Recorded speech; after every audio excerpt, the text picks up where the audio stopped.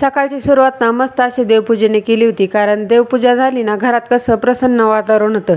तसं आज होता संडे, पण सुट्टी जरी असली ना तरी घरातल्या कामांना काय बायकांना कधी सुट्टी नसतेच. त्यामुळं म्हटलं दररोजच्या गडबडपेक्षा ना आज जरा निवांत स्वयंपाक करावा, म्हणूनच आज मी इडली बनवायला घेतली होती. इडली बनवायला ना मला सांबार आवडतं इडलीसोबत, मला चटणी नाही आवडत आणि आम्हाला दोघांना पण बरं का, त्यामुळंच मी इडली सांबार बनवलं.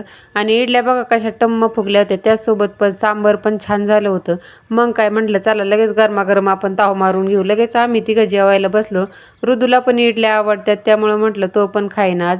आज बऱ्याच दिवसातून निवांत असा नाश्ता केला, भारी वाटलं. सगळे एकत्र बऱ्याच दिवसातून नाश्ता केला. तर त्यानंतर यांना थोडं बाहेर काम होतं ना, मग हे गेले होते बाहेर. ऋदू गेला होता खाली आतुकडं खेळायला.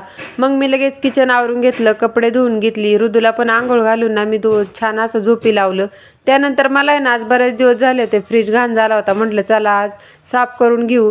त्यामुळे मी ना फ्रीज साफ करायला घेतला तर लगेच आवाजाने ऋदू उठला. त्याला थोडाफार असा आवाज आला ना लगेच तो उठतो. मग जाऊ द्या उठू द्या. त्यानंतर तोनी पण मला थोडीशी मदत केली फ्रीज साफ करायला. छान आम्ही दोघांनी असा फ्रीज साफ करून घेतला. आणि संध्याकाळी ना मी पीठ उरलं होतं इडल्यांचं, त्यामुळे म्हटलं चला आता डोसेच बनवू आपण. आज रात्री काय एवढी भूक पण नव्हती. मग छान असे डोसे बनवले. आम्ही तिघांनी पण जेवण करून घेतलं.